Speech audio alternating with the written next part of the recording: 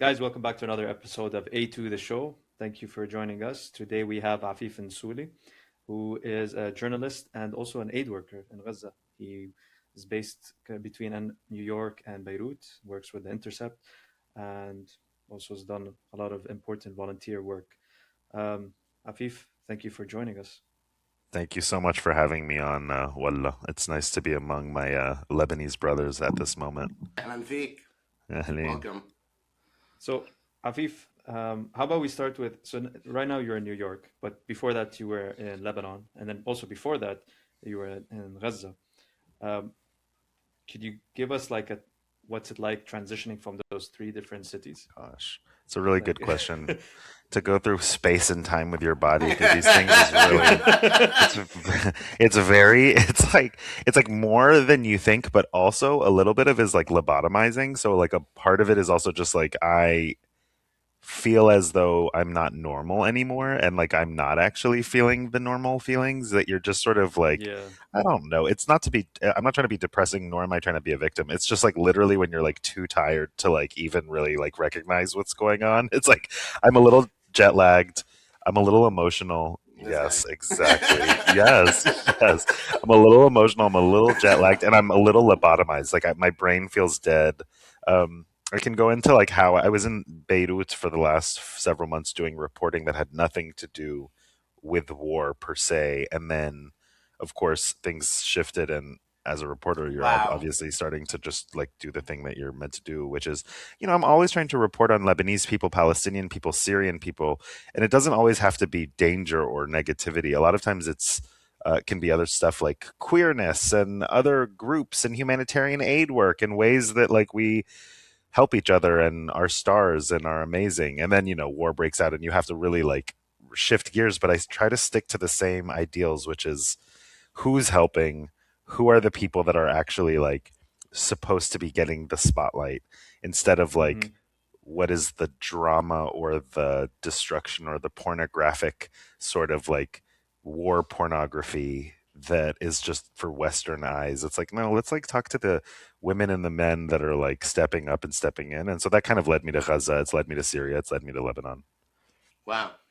Um, gonna ask you a question about how the media portrays maybe Lebanon right now. So, if you just watch Fox News, I know we don't, but let's say we do, okay? You get this idea that all Lebanese people are like terrified from their government or from this, militia overrunning Lebanon, and that we're so grateful that there are bombs falling from the sky here trying to save us. So, they think that they're liberating us, you know?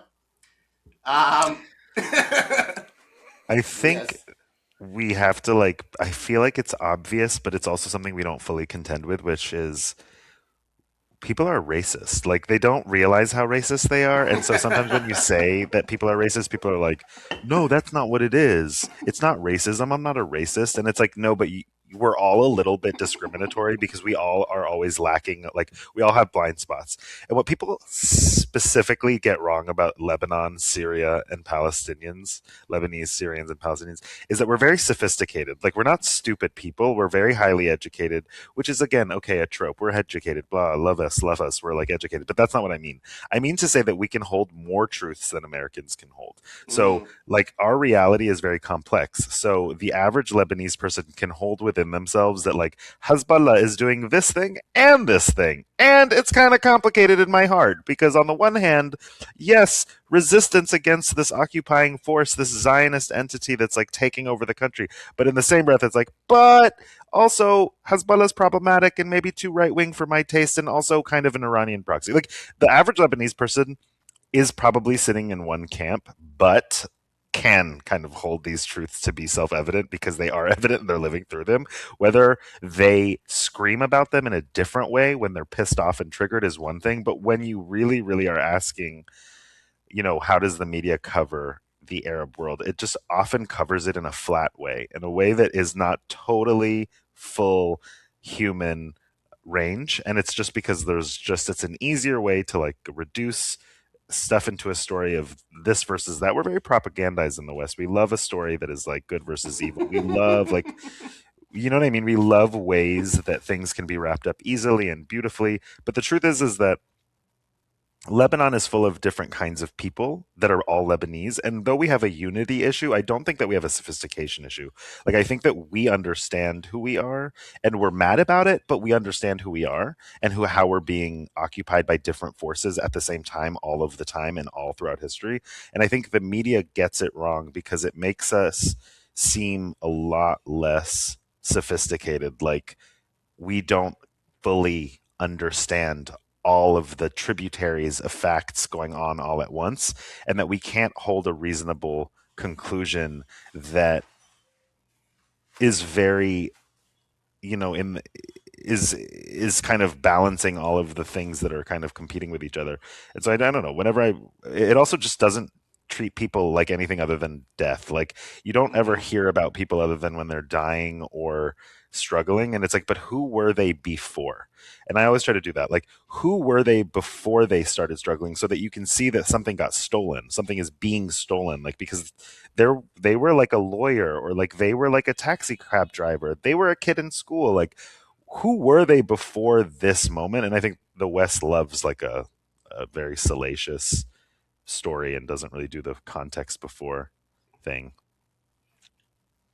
Mm. You I would you go mentioned aside. Go aside. Hmm. you mentioned a very crucial point about the lack of unity, and I'm definitely there's a lot of, like, within Lebanon we all understand why there's a lack of unity. There's a lot No, of I divide, disagree. different opinions. Whoa, oof, Go on. explain yourself. He's like, that's it. He's like, that's all it is. And that's really what it This one's I disagree. is. creating خلاص. strife. There is unity. You know, I disagree with what it's you're saying. it's fun. It's funny that Ali actually says it that way, because I do feel like there are actually Lebanese people who just disagree for the sake of disagreeing. Sometimes we're so used to having, like, acting as devil's advocate. It becomes like a subconscious act where we Yeah. just have to be the devil's advocate, even though you actually agree with the person.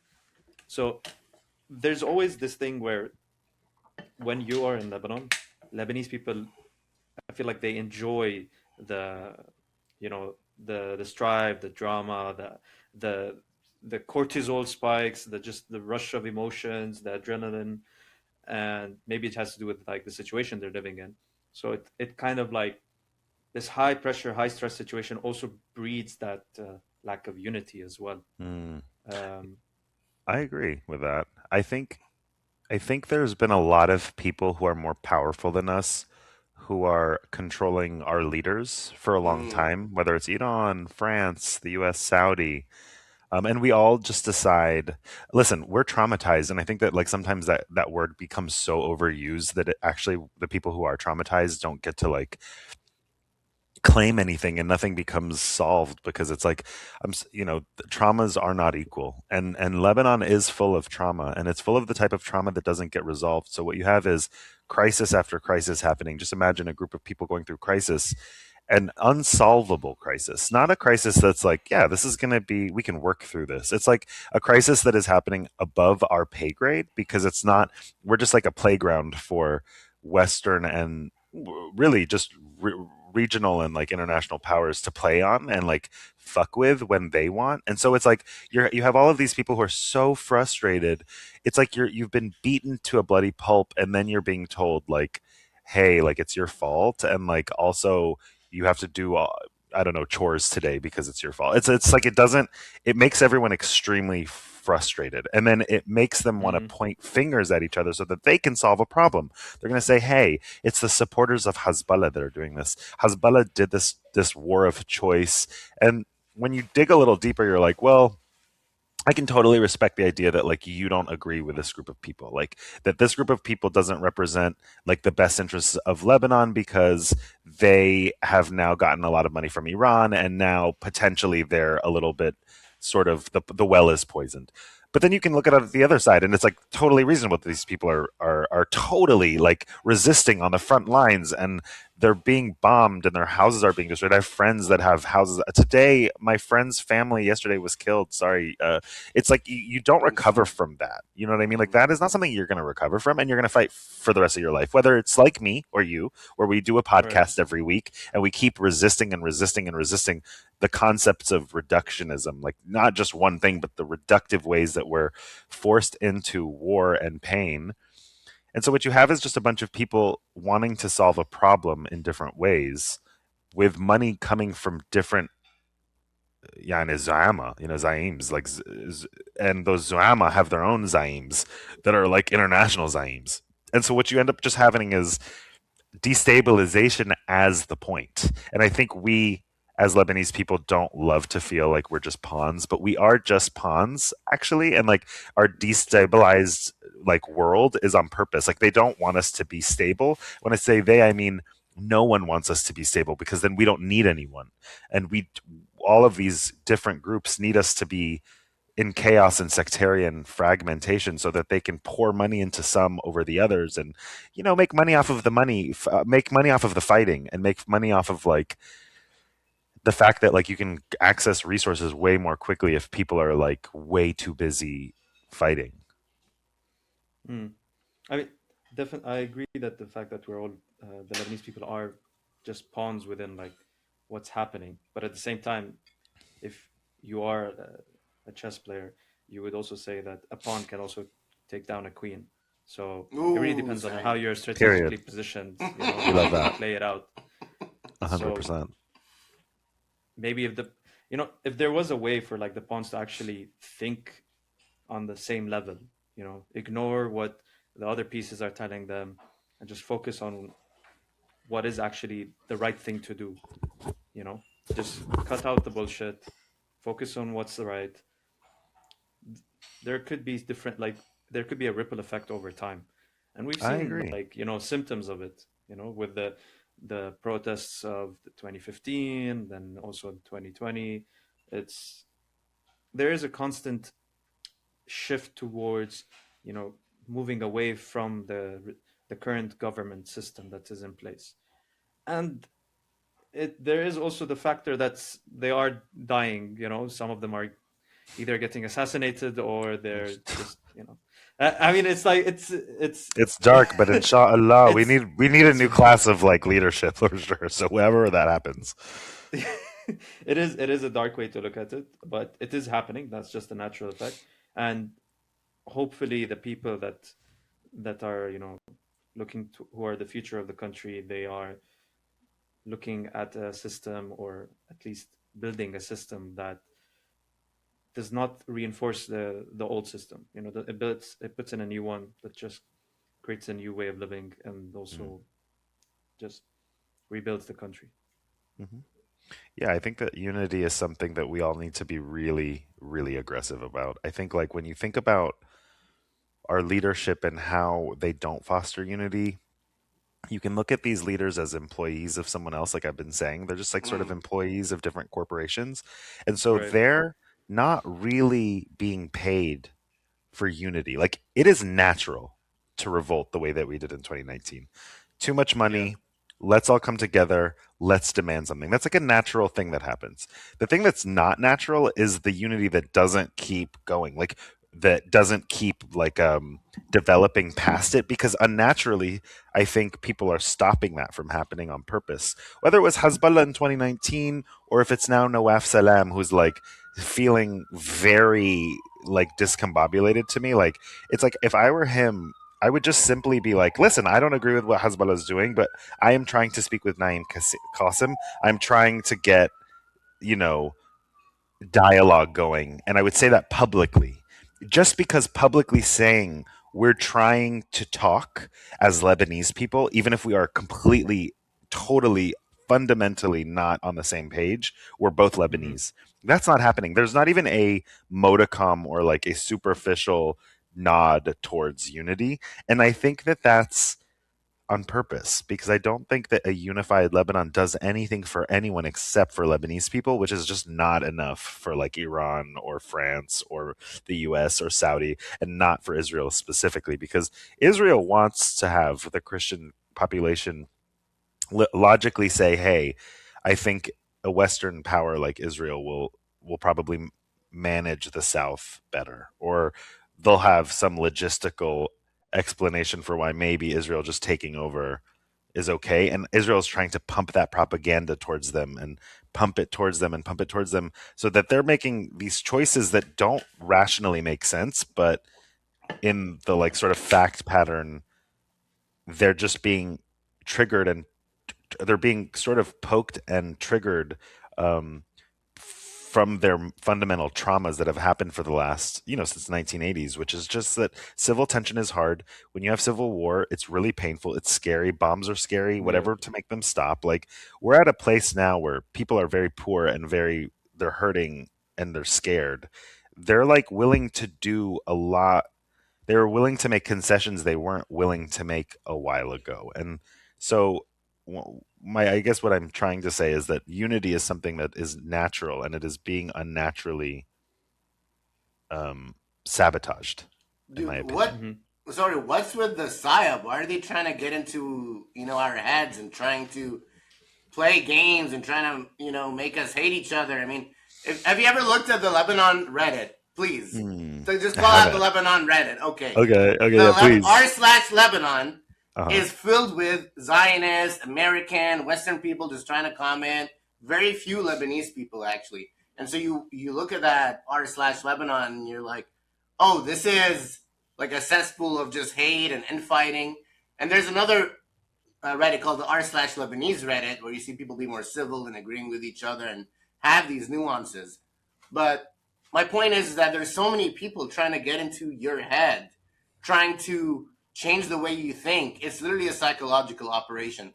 They can take away your money, they can take away your homes, but once they get into your head, I mean, what else is left?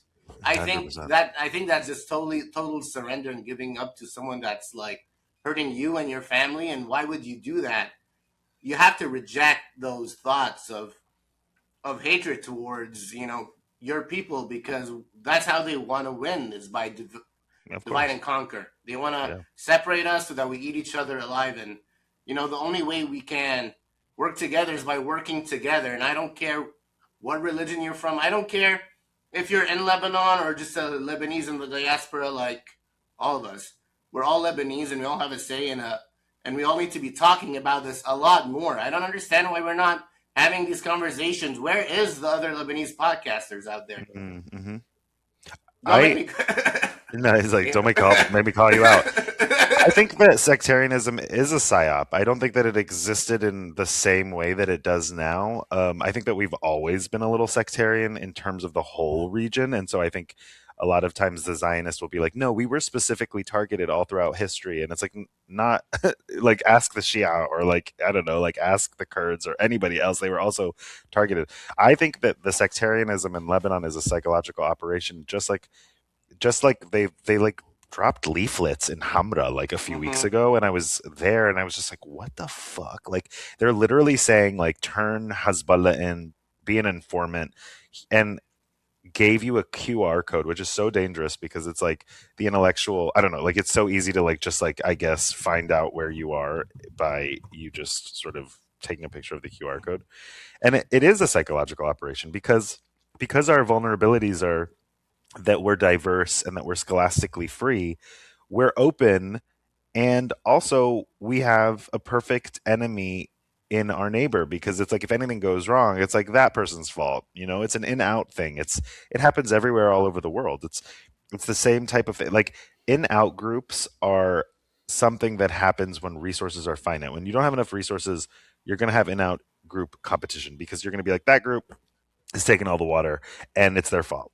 But while that's normal and like happens in regular systems, like this is abnormal, because what they do is they try to basically say what you're saying, which is divide and conquer. And I think that they're trying to divide and conquer because ultimately Israel just wants to expand. It just literally wants to get bigger, and it's just an urban development project. It's basically just trying to be more houses. It's just trying to be an urban development project. It's just trying to expand and expand.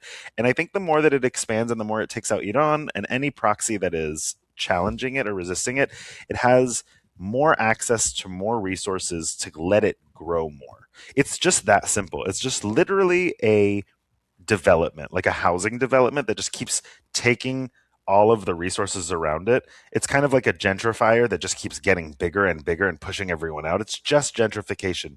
It's like we're going to change the south of Lebanon and it's going to be the north of Israel and it's going to have a Disneyland. And it's like just so fake and plastic. But the only way to have fake plastic modern world stuff is to take the resources from that land and repurpose them and also clear the people out. So it's like sectarianism really works because it's basically saying you're either with this project or you're not. And so if you're with this project, you're totally part of Israel. It's like America. It's like, it sounds great. Like if you're with like genocide and ethnic cleansing, your life is going to be easy. But if you're not for it, then your life is going to be hard. And so I think like it behooves us to just be simple as hell. Like sectarianism is made up, and it's made up because of Israel and America understanding very early on, and also the Saudis and also the Iranians super early on being like that group is the one that we can work with, and that group we probably can't work with. So let's like work with that group, give them money, give them funds, give them weapons, give them our resources, and then they'll do what we think is the right thing to do, which is basically extend ourselves and occupy them. And we're going to have to do it by occupying their mind. So if we kind of colonize their mind Wow. and say, yo, you're a Sunni, or yo, you're a Christian, you're a Shia, you're this, that, or the other, you're a sophisticated Lebanese. Why would you ever be with Hezbollah? You're sophisticated. Like, however they're colonizing your mind is to just basically do what they want to get done. And so I think, it's all very theoretical, but it's like unity is really the only thing we've got. And I think, as you said, Saeed, like a pawn can take over a queen. We just need to be strategic. And it's hard to be strategic when you're fucking crying and poor and pissed off. Like it's really hard. Your mind can't possibly do the thing it needs to do, which is be in a calm, strategic place. And what is the leadership of Lebanon doing at this time? I mean, we've been following your humanitarian work in Lebanon, and it seems like so decentralized. Like it's just groups of communities working together to help the displaced people or to support, everyone going through this difficult time. And it doesn't seem at all like there is any response from the leaders, the actual leaders that we voted into this country as a democracy to help us out, to help us to make a statement, to resist, to do anything. It's nothing. They're leaving it to us to fix this problem. I really think that when it comes down to Lebanon, you have a bunch of really greedy mafia warlords, more or less, that have been the infrastructural power of the country. So you're basically dealing with a bunch of people who have short term money interests. And so all of the things that they're doing are business centric. Not everybody and not all of them, but I'm just saying this in a general way, is that there's an infrastructure of like warlord business centric leadership. And so what you end up having is a bunch of leaders inside Lebanon who don't work together because they're all trying to get short term money for themselves, whether it's like the way that like the generators work, or just like on that level, on that municipal level. But when you go higher, it's like, who are these people making their money from? Like, what are the prime minister and the president, like, who are they answering to? They're answering to regional and like international power. So they can only in their minds do a certain amount of movement without pissing someone off, right? So they're always on a very tight rope. And so all they can really do is try to like partner with organizations on the ground to like make stadiums shelters, make schools shelters, do all of this extremely, it's good work and it's strong. And the system of NGOs in Lebanon is obviously so robust because the government is so weak that people have to step in and do it. So the government just like partners with them.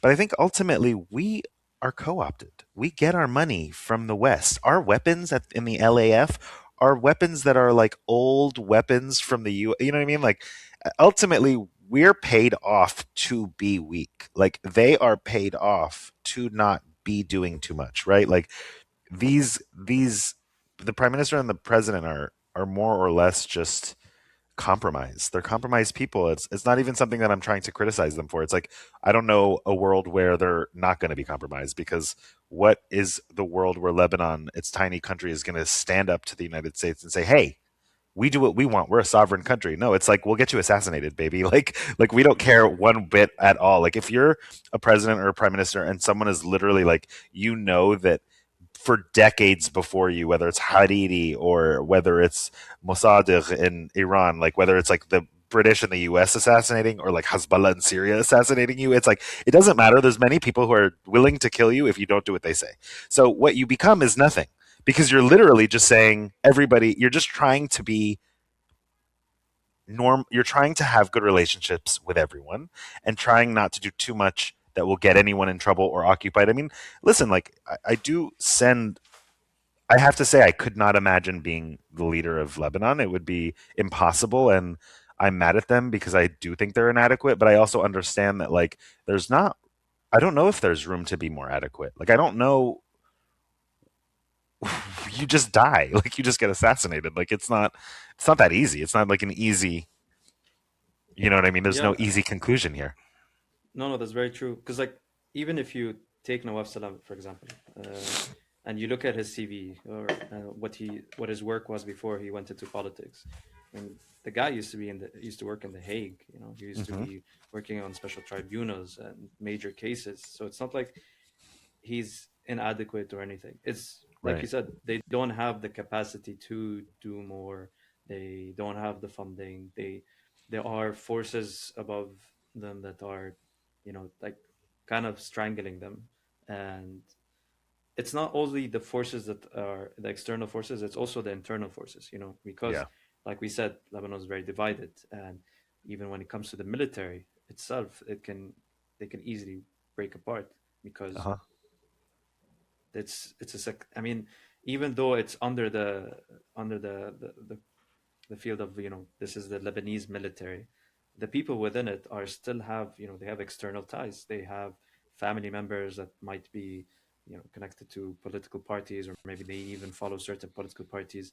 So this creates a bigger rift within the people and within the public sector. The public sector should be working just for Lebanon, but in reality, when you meet public workers and you talk to them, like, you find out even they are willing to, you know do like special requests or special help. Like there's a bit of corruption or nepotism even Yeah. within the public sector.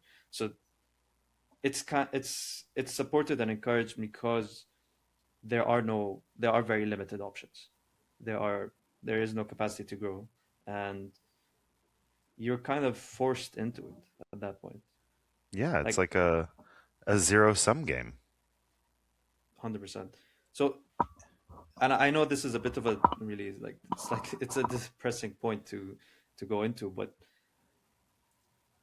have you ever thought of in your head, maybe, like, theories of how to get out of this situation, this zero sum situation, or Hmm. what are the things that should happen or could happen that could lead to a better situation for Lebanon?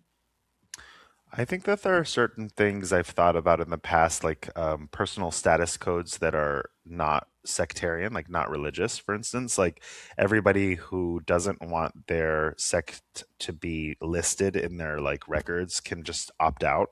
And then potentially Mm-hmm. that becomes such a large group of people that it becomes maybe like a voting base that acts from without that system. That's one idea I Wow, think that's really strong I like that that. I've heard. I don't think I made it up. It was just like like a lot of organizing back in the day, and with thinkers that are Lebanese. And It's the I think first time that's I one hear very. it. It's a very strong idea, and I think it's important to do that because I think that we need to be encouraged to use systems that are without the patronage system, like from without the Mm. patronage system. Because what you're saying is basically true. It's like if everybody's a little corrupt and everyone's like doing this, that, and to like get by and make it smooth for your brother's aunt, whatever. I'm just making words up, but like it's Yeah. like you know what I mean, to make it smooth for your friend and or their cousin to get something done. Then to not do that is actually going to be not beneficial because someone else is using corruption. If you're not using corruption and the name of the game is corruption, you're screwed. So I think there also needs to be a lot of focus on three things. I think the three things are resistance, because I think that we do have a problem on the South. And I think that that problem is resisting their incursions into the South is very important, because the second thing is that like you need to act with unity and anti-corruption. I think those three things are very important: resistance, unity, and anti-corruption. I think with corruption, it becomes a question of like you need a you need a system that is not sectarian, that exists, so that people can opt into it and be like, this has nothing to do with religion. Like you're not accessing jobs, or like the patronage system, the network, the base of it is anti-sectarian actually. And then I think what you also have to do is really understand that from that system you have to be able to address problems like those that are disenfranchised, like people in the South, and not treat them sort of like Hezbollah supporters only, or like Shia only. Like they're just people, they're Right. Lebanese people whose houses got bombed. Like, what is the state doing to give them housing or make sure that Israel can't do that?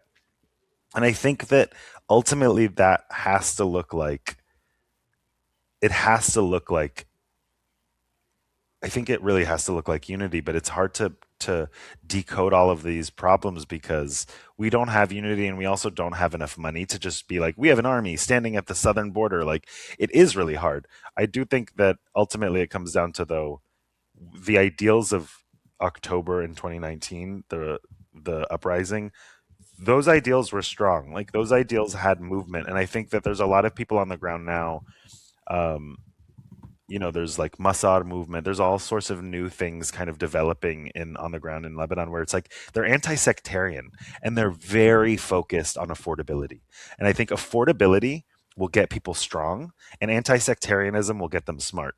Ultimately, like you just need to like have those two things, like affordability being met, figuring out how to liberate all of the money that's been stolen, figuring out how to liberate all of the people that have, like Nabih Berri could like bankroll all of Lebanon if he so chose, but he doesn't choose. So how do we get that money back? Like how do we sue him or do something? The ICC, not just him, but all of them, literally across the board, all sects, and who cares what sex you are? Like you probably owe the Lebanese state money, and it should go to some fund that then gets repurposed like communism or something, like some socialist idea. But there's a lot of here's the truth, there's a lot of things that could fix Lebanon.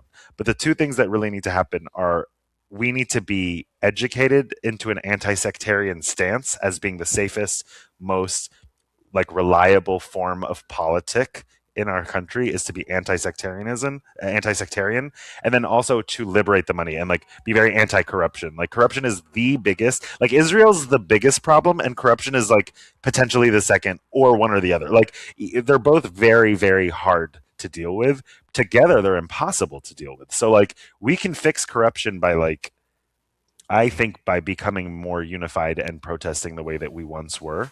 I do think that we need to talk to Hezbollah.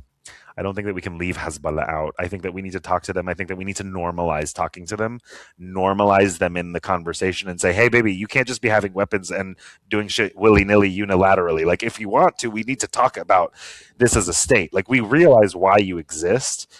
Hmm. The reason you exist sucks. Like, it shouldn't have to exist, but you do. And so I think there needs to be more realism in terms of just like connecting with one another and talking it publicly and being that bold to be like, If you hey, were we're reaching out to each other. let's paint this scenario where, let's say, you are a primary negotiator for the government. What would you discuss with Hezbollah, and what would you negotiate with them for in these in the negotiations? I'd probably ask them how much they expect Iran to pay them for all of this. Like, where's the money for the, like, you responded to Ali Khamenei's assassination. Hmm. Um, some will argue that you dragged us into the war. Others will argue you never could have dragged us. It was always happening. That's kind of not the problem for me. The problem, I think, is, okay, so we're in this thing because you responded to Khamenei's assassination. Where is the, how can we like get an accounting for like how much money they can like donate to your houses first? Second, it's like trying to disarm them seems impossible. There needs to be some sort of understanding that they are a group that has formed out of necessity. So like the necessity needs to go away for them to go away. And I think like the thing that you would have to do is negotiate with them about the strategy for the South. What is Mm, a way that the government and Hezbollah can have a conversation with one another? Maybe it's not publicly, maybe it is behind closed doors, but in a way where people really trust that they are talking to one another and that they are at least they are at least negotiating and talking about what the unified Lebanese strategy is. And I think the thing is that if the Lebanese army can do what Hezbollah is doing, then I think Hezbollah, half of them are in the Lebanese army. That's why it's really, really problematic, because it's like they're the same people. Like that's the thing, is like Hezbollah is just a political movement. It's like an air of feeling, and like a bunch of people who are in a certain group of the Lebanese community support them because of their background and their culture and the way that they grew up into the mindset. So it's like I think decoupling these people outside of Lebanese society is a problem, and I think that we need to treat each other as though we're both like we're all Lebanese. What is the way that we can get you guys to disarm, or at least seem to disarm, to a degree for right now? Or is it the opposite? Is it that we actually work with you and arm you more because actually you're the only ones that are helping us on the South? I don't know what the answer is because I don't have a dogmatic, like I don't like to be dogmatic. I don't care. I don't care what happens. I think the Southerners need to be protected. I think Hezbollah has a reason to exist and has a right to defend itself. But I also do think that it's Lebanese and it's like really needs to answer to Lebanon as like it's like, you know what I mean? Like it needs to be Lebanese. It can't just be like Hezbollah. It needs to be something where. So I guess my answer is murky and foggy, and I don't know what the answer is. Is I think I would just be like, hey, we need to talk. How about that? How about we just publicly tell people that we're talking, and we're talking and talking and talking. Even if it doesn't work, we're just going to keep talking, because normalizing that mhm. Lebanese people on across the spectrums need to talk is, I think, basically step one. All right, Nawaf Salam, you're That's welcome true. to join the That's true. podcast anytime if you're Right. We'll watching talk. this. Naim Qasim, you're also welcome on the podcast. Yes, let's Let's do talk it that. out. Let's talk Let's it just talk out. it Let's out. debate out. Saeed, Yeah. you're on board? Yeah. Yeah, definitely. We'll Okay. facilitate the conversations. I think they're missing proper facilitators, to be honest. They're missing proper facilitators, and I feel like Ali and Saeed, I think you guys could do a really good job. So, what do you think of the Super Mario movie? Oh my god. Naeem is like, I actually loved it. You gotta break the ice somehow, Exactly. Well, let's. I want to pivot more about Palestine too, since you were in Gaza. Yeah. How'd you get there? Yeah. So I was covering someone in Gaza. I was covering Gaza like a lot. Just generally people's stories, updates, uh, all sorts of things like that were going on in Gaza, because I had sources there and sources in Palestine from before, and I just connected with them early. And it was one of those things where, as the movement towards free Palestine, as the movement of free Palestine kind of got stronger and more normalized, something that we probably have always been part of, but like has been like less easy to say out loud. Actually, um, the more that became more normalized, the more I was getting sources that were telling me things so that I updated. And one of them was a source in the north of Gaza who has HIV, and he was struggling because he was trying to get medication. He was getting medication from Hamas and from the UN, sort of like ways that the NGOs sort of like give medication to different patients. So he was getting his medication, but he was also like missing it sometimes, and it was getting really dangerous. So I was covering him for The Intercept, and what ended up happening was a group got in touch with me to help this guy because he was looking for medication, and this group called GLIA, which is a medical organization, was basically like, we can help. We can try to help. So I got them in touch, and I just reported on what they were doing together for The Intercept. I wrote an article, and then eventually GLIA, the medical organization, was basically like, you already helped us coordinate something to someone. It was kind of complicated. Like, we have logistics coordinating uh, positions open. So I was like, anytime you guys can get me into Gaza, I'm there in a second. I'll just be a volunteer. Wow. Like, you don't have to worry about me trying to like interview Hamas guys because they were like, we are worried about that. Like, we're worried that like you're just gonna like walk off into like the most dangerous fucking parts of Gaza and just like not have any, like accountability or responsibility. Like, we need to like make sure Yeah. you don't do that. And they're like, and you can be a reporter. Like, we'll sneak you in. You're going to be our logistics coordinator. You're going to do that job, but you're also going to be able to report on the side. Like, we want you to report. We want reporters here. Like, that's what we want. Well, like, we wish reporters would come, but we can't get them in. So we'll just get you in because we already know you can coordinate. So I snuck in, kind of, in a very legitimate way. Like, I mean, I snuck in because I'm an Arab and I talk shit. And so if Israel really knew Yeah. who I was, they probably wouldn't want that. But I got in and I was there for 2 months and a week, 9 weeks basically, Wow. and it was intense as hell. It was really hard. We went to the hospitals every day or every other day, and coordinated just things here and there. I felt very like a drop in the ocean. Like, I don't feel like some hero by any means. Like, I barely feel like I did anything at all, but I did get to teach people how to use video. I know that sounds weird, but there's a lot of people in Gaza who are doing really good work and they need to be able to put it on camera and show it. And I Mm. just had a lot of like interfacing as a producer being like, this is what I would do. I would be like, you're doing great work. Like, you just need to do this, this, and this, and you'll get money. And so it was great because it like basically meant, as like someone who has some hard skills, I was able to give those hard skills, like teach them, and then we raised a bunch of money, like just being there, just being a white ish person, even if we're Lebanese, we're super Western, and Yeah. it's like, you're white, like we're white relative to these people who are struggling in this way, and white in that, not in like a skin color way, but like in a like,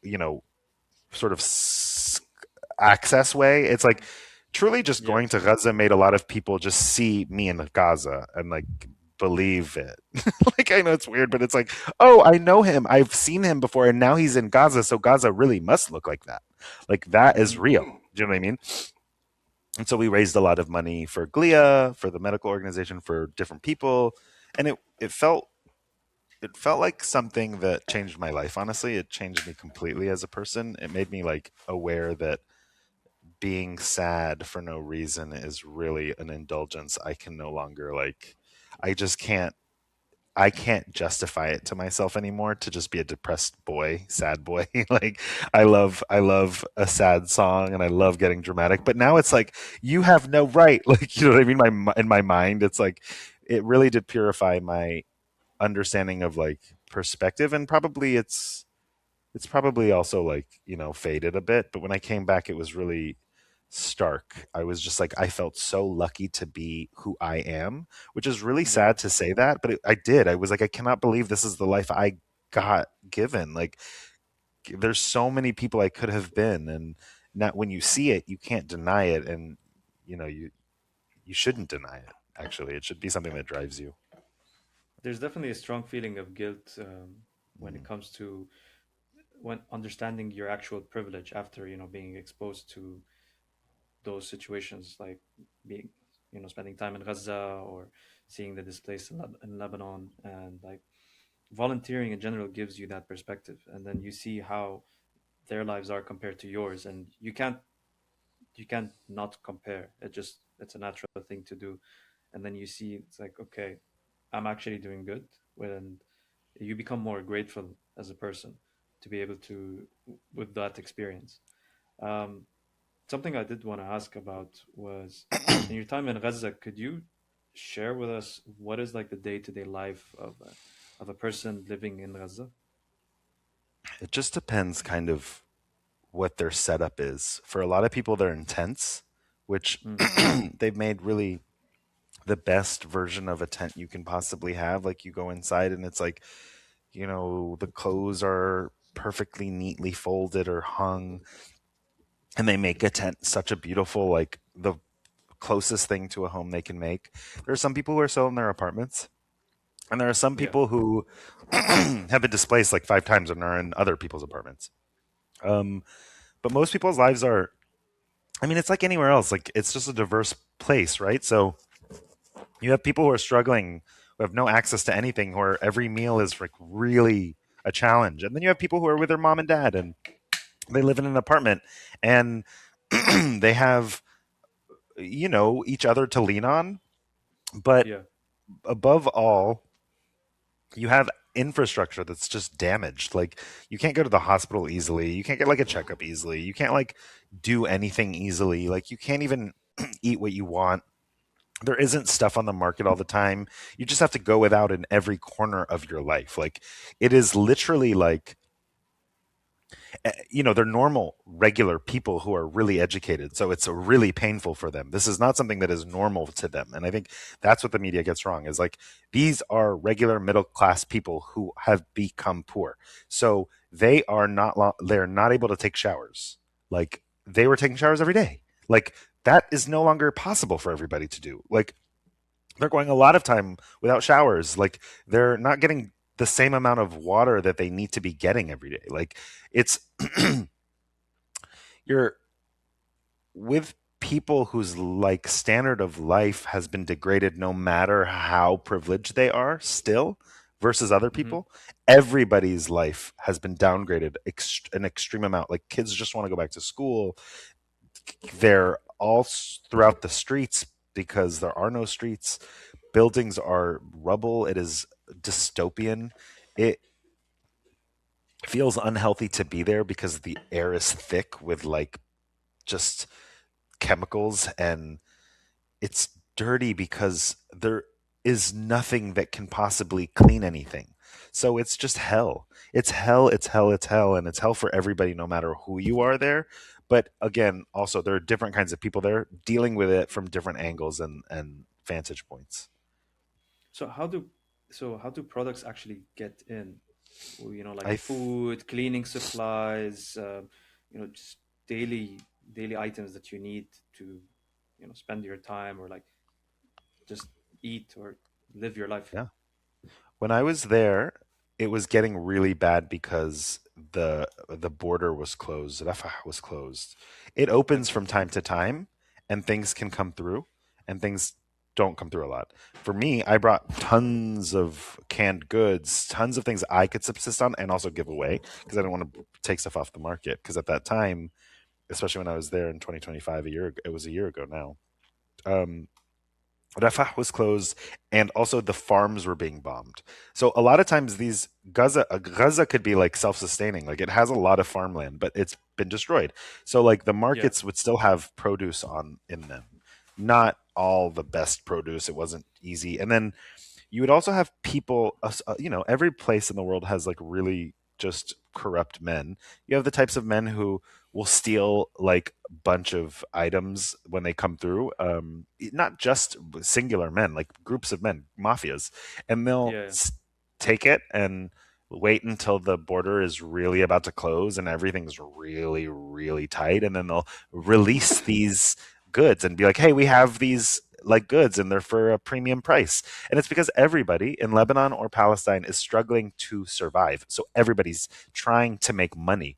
The problem is that when you have no access to money and your whole life becomes about survival, you're willing to do anything. And so the whole system kind of becomes it collapses Hmm. underneath you because everyone is just trying to scam to get by. They're just trying to work with the system that is totally occupied and just decrepit because of outside forces that are knowingly making you have to lean on corruption to survive. So in essence, my answer to you is that it's really tight. The market isn't always full of items, and some weeks are Hmm. better than others, and it really does depend on the news. You know what I mean? Like it does. Their lives are really dependent on like what happens with Rafah, what happens with the border crossings, what the Israelis are doing, what are they? Every piece of thing that goes through that into Gaza is monitored by Israel. So whatever's not going in is because of them.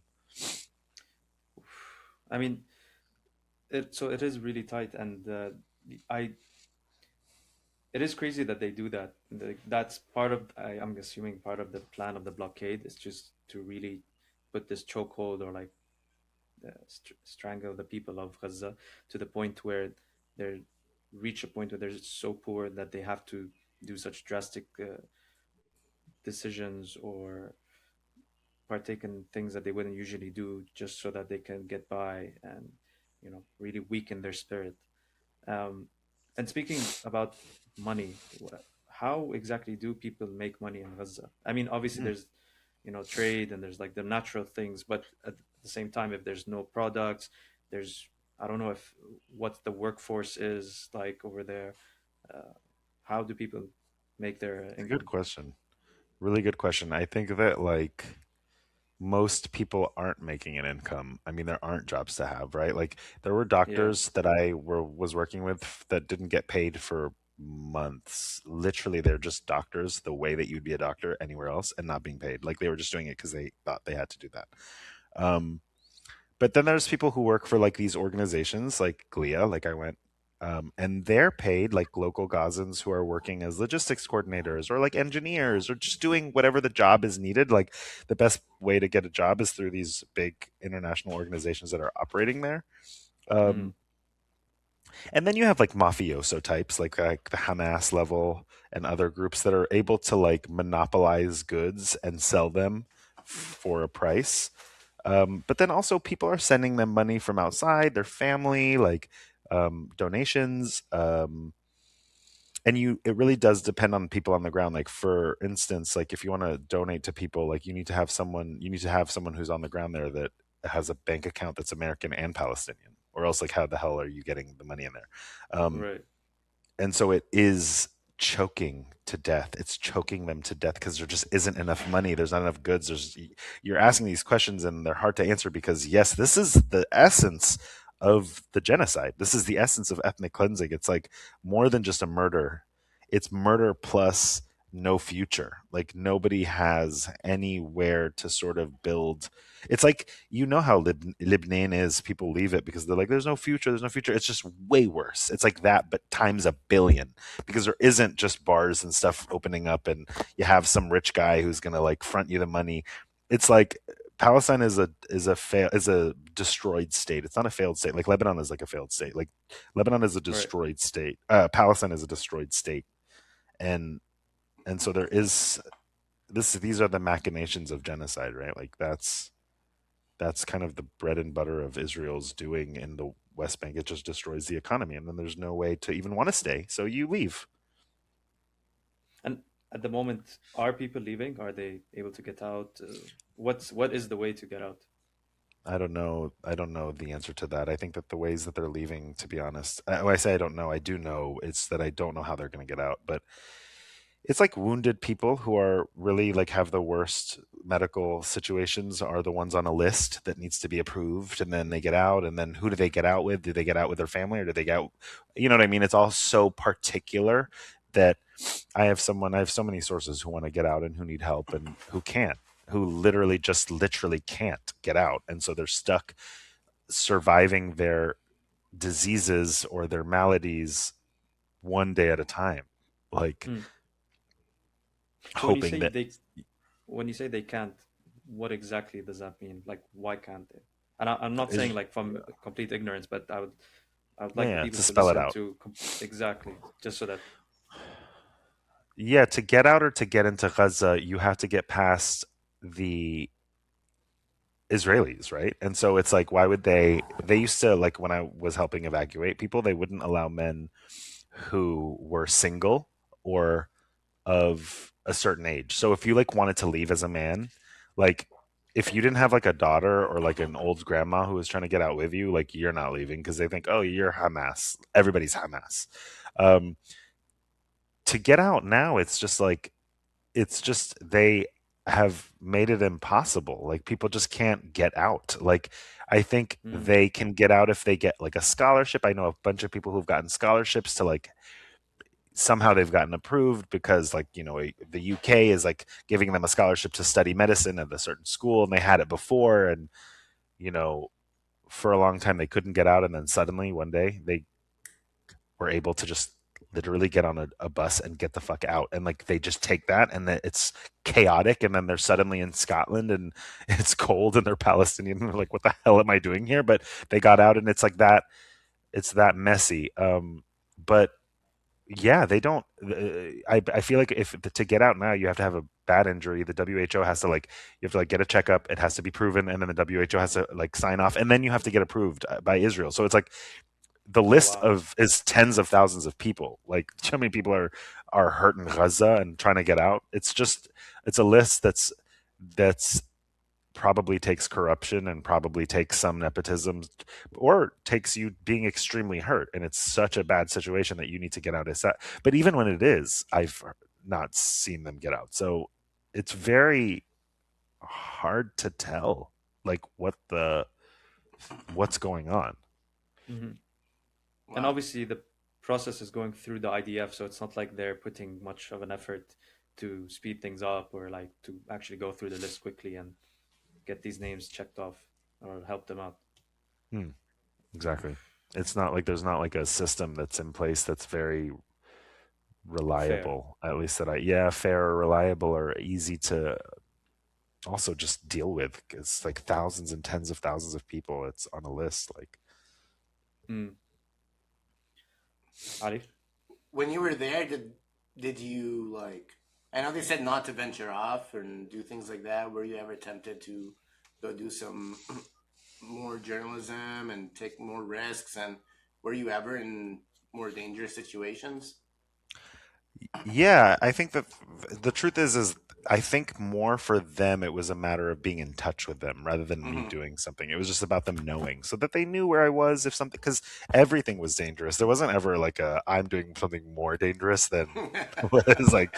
It's like there's nothing you can do to be more dangerous except for maybe follow a Hamas guy into his house and talk to him and be just Oof. spending hours with him or something. But people in Hamas also are in the hospitals. Like they're just security. Like it's like any other it's like a governance municipality level group of, you know what I mean? Like they can kill anybody at any time. Like that they were not trying to um but the idea was that I am marginally, because I'm Western, I make the situation marginally safer for regular Gazans, because it's like Oh.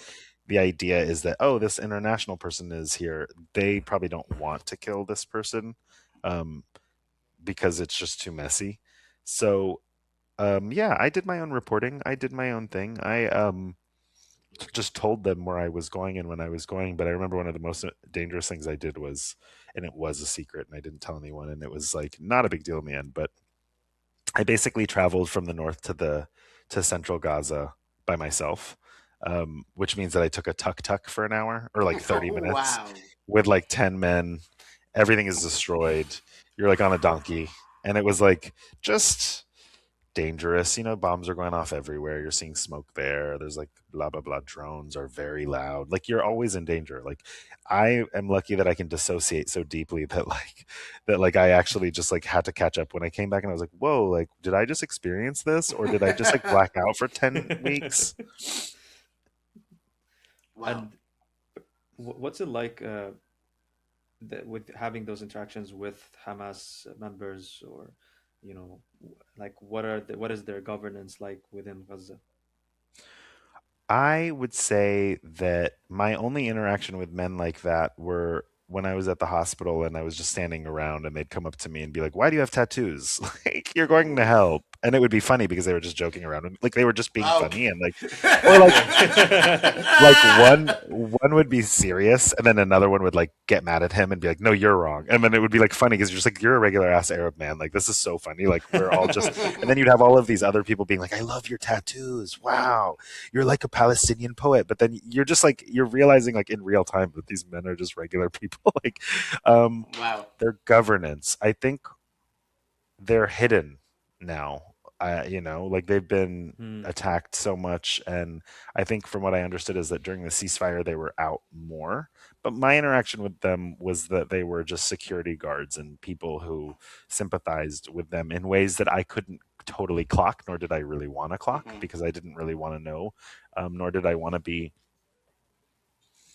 I didn't want to be aware of things that could get us hurt, because it's not Yeah. really about your own being hurt, it's about other people being hurt too. Like you have to realize they're targeting everything and everyone all the time, so there's no excuse for them that's too small for them to kill your ass. So like you're also worried about other people around you and the things you're doing to make other people safe or not safe. So like I Mm. would be living in a big house that was like full of doctors coming in and out, and I would like want to invite people over. I would want to invite people over for Wi-Fi or just food and showers, and sometimes I would, and I would sneak them in. But there were like rules and policies, because like it's not even about them being part of Hamas. It's about maybe a person has the same name as a person in Hamas. Like we're all Arab. Like we literally have like Oh, our yeah. grandfather's names. So it's like my friend Majid could come over and like I'd be like, hey, come over. Like I'm making food. I'm making like an egg and beets or whatever the fuck I have that day, and I'm like trying to share it and giving him a shower and like it's like yeah, of course you're gonna do that, but then you're also going to have to make sure you understand the gravity of the fact that if Majid is mistaken for a Hamas member because there's another Majid, that his uncle's name is Majid, and maybe he is connected to Hamas, but he doesn't. It's like I'm not going to You don't judge. know. Yeah, like you Yeah. just don't know, and also I don't care. Like I'm not going to hold it against anyone for being a part of a political movement. But And it's not yeah, like you you can have do a to. background check for everyone that comes to your house or anything like that. It's just, Yeah, and also if because you even if did, it's you could stuff I get have sent. wrong. Yeah, Yeah, like Ali Jabir. There's like thousands. You know what I mean? Like who's that? Like how do you know that that's like the Hamas guy or not? Like you know what I mean? Whatever. I'm just making a name up.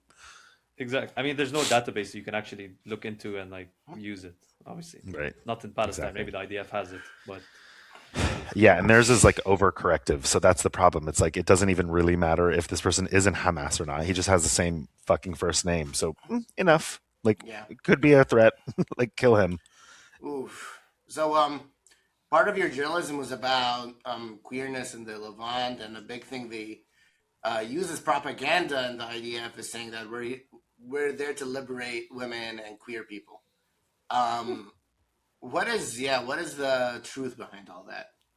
So I think we know about pinkwashing. We know the ways that we'll be like, oh, we're the barbaric Arabs who have no sense of the contours of society because we're all just brainwashed to be right wing. It's like, no. The thing about the Zionists is that they've been using queerness as a cudgel in both ways. When it first came about, when they were first starting to become the terrorists who came over into Palestine as Irgun and Haganah and the Stern Gang, and they were starting to consolidate, they would use queerness as a criminal code. They would say, those guys, those Palestinian guys, those Shabab over there, they're gay. Like they're gay prostitutes, and they should be in jail. When those guys were basically like probably resistance people who are like fuck Israel, like what, or fuck these guys that are Mm-hmm. randomly in Palestine. And so at the beginning you have a lot of court cases where they used queerness as a criminal, as a way to basically put Shabab, any regular guy, gay or not, in jail, to say that person is like immoral.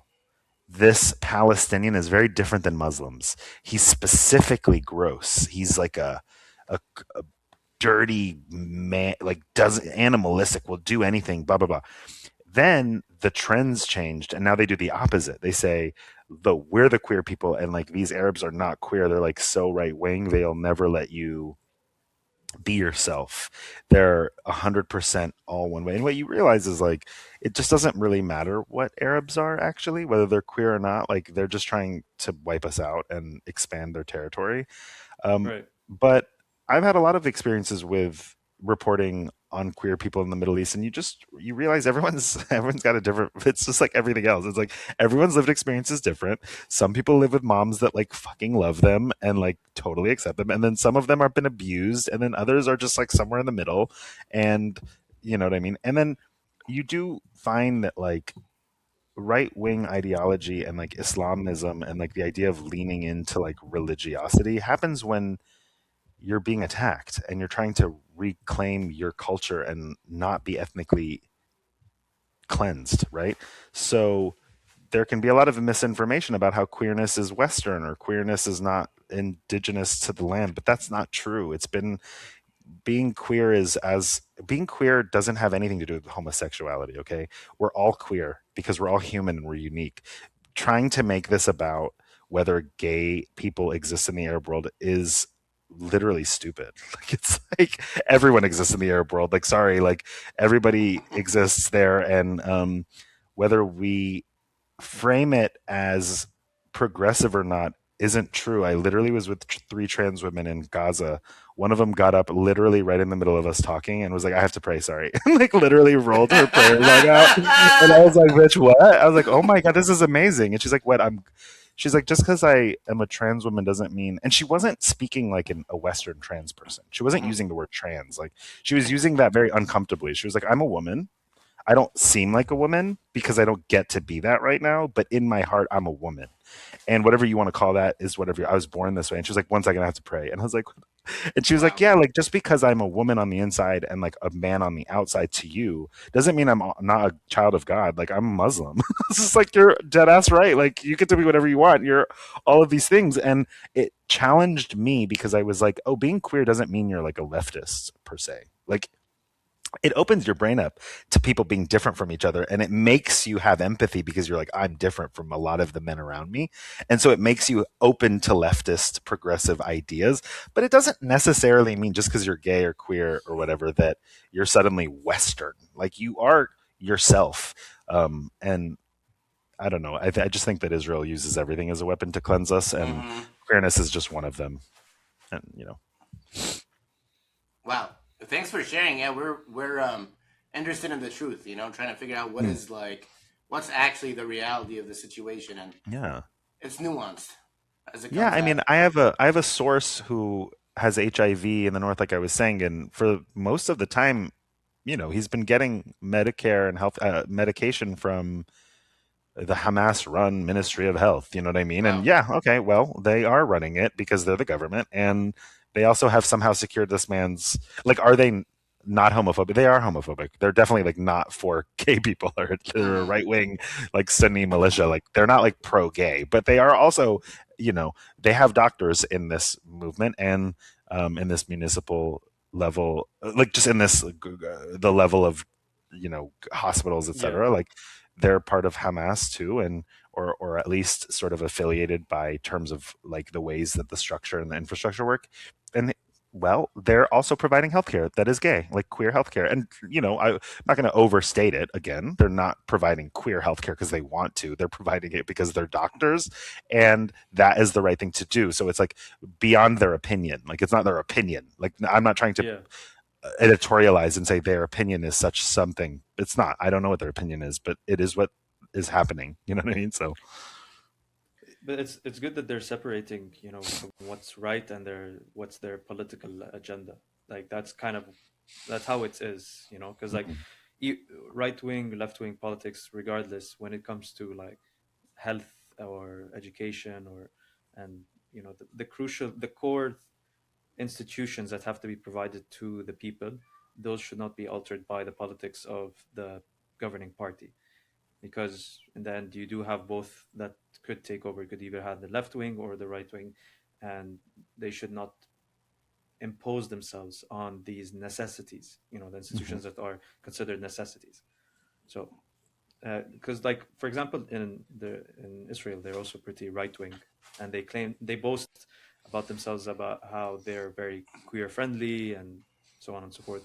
But there have been times where they just completely reject passing legislation that supports queer friendly communities. So Yeah. there's always a hypocrisy that happens there. Yeah, absolutely. If you're willing to genocide at people, you being a homophobe or not is like sort of like secondary. It's like you're killing people. You're literally killing children. So like who cares if you like generally are cool with soldiers being gay? Like I don't think any gay queerness. I read this from a person in Gaza who's queer, and they have a really great handle. I think it's like Ward Wedded Gaza or Wedded Queer Gaza or something like that. And they just basically said queerness is coming from the bottom. It's like subversive. It's about changing the top structure. It's about revolting against norms that oppress people. It's not about sexuality. It's not about like queerness has just been like listen, there is this LGBTQ community and there are people who are queer in that way, and I agree with that, Hmm. of course, but there's also just the concept of queerness being not mainstream, being someone who's subversive, someone who's challenging the structure of power. And at the end of the day, if you're a soldier with a rainbow flag and you're marching into Gaza, you're not a queer person. You're like literally a robot soldier, like who's a murderer. And that's that. That's who you are. Like you might like to have sex with men and you might be a man and that might be your like that might just be like a thing you do, and you might be, yes, part of this community in a larger sense, but when it comes down to it, you're not really enacting the ideals of what queerness is, which is really just being very aware of the lower tiers of the world and being very defensive of them, just trying to act on their behalf because you're different yourself, and so you kind of have that empathy. If you're a soldier with a like, if you're a soldier in Gaza from the IDF and you have a rainbow flag, like, sorry babe, like that's not progressive. That's literally murderous. Like, that's not, you know, it's not Wow. open-minded. Yeah. Well said. I mean, it feels like a breath of fresh air being able to have these kinds of dialogues out and, you know, discussing them with nuance and, you know, I feel like there's not enough of it. So this has been an excellent pod. I know. Yeah, I appreciate you Anything having me else? on. I've had fun. Likewise. Thank you for Saigo? hopping on, Afeef. Guys, thank you so much for watching another episode of A2 the show. Yes, hopefully next time we'll get to talk about nice things like the Mario movie or things like that. You know, Yeah, it's bring like me back on. Bring me back on for some reviews. Let's review some movies. We'll do that. We'll keep you in Yeah. mind for sure. I appreciate you guys. Guys, thank you so much for watching another episode of A2 the show. This was us, and we're signing out. Thank you. Woo.